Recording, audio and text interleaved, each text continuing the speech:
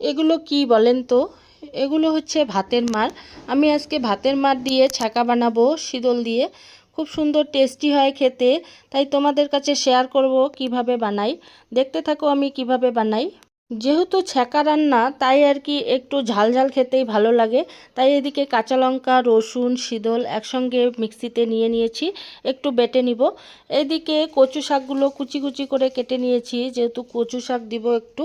কচু শাকটা দিলে খুবই ভালো লাগে খেতে। এদিকে পেস্টটা হয়ে গেছে, তারপরে কড়াই গরম হয়ে গেছে।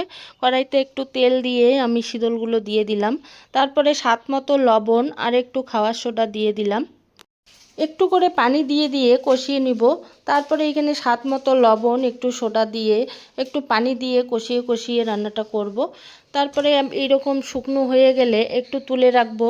এরকমটাও খাওয়া যায়, ভর্তা খাওয়ার জন্য রেখে দিলাম। তারপরে অর্ধেক শীতলটার মধ্যে আমি ভাতের মাড়গুলো ঢেলে দিব। ভাতের মাড়গুলো ঢেলে দিয়ে তারপরে শীতলের সঙ্গে মিশিয়ে নিব। তারপরে একটু জাল করে নিব। জাল করে নেওয়ার পরে যখন বলক চলে আসবে তখন আমি কচু শাকগুলো দিয়ে দিব।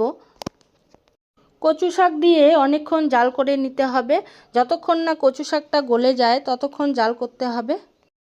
এদিকে দেখতে দেখতে আমার কচু শাকগুলো কি সুন্দর গলে গেছে। ভালোভাবে নাড়াচাড়া করে নিচ্ছি। এরকম করে রান্না করে খাবে, খেতে খুবই টেস্টি হয়। দেখতে দেখতে আমার ছ্যাঁকা রান্না রেডি। আমরা বেশিরভাগ টাইমটাই ছ্যাঁকা খাই। ছ্যাঁকা স্বাস্থ্যের পক্ষে খুবই ভালো। অবশ্যই আমার রেসিপি ফলো করে আপনারাও বানিয়ে খেয়ে দেখবেন, খুবই টেস্টি হয় খেতে।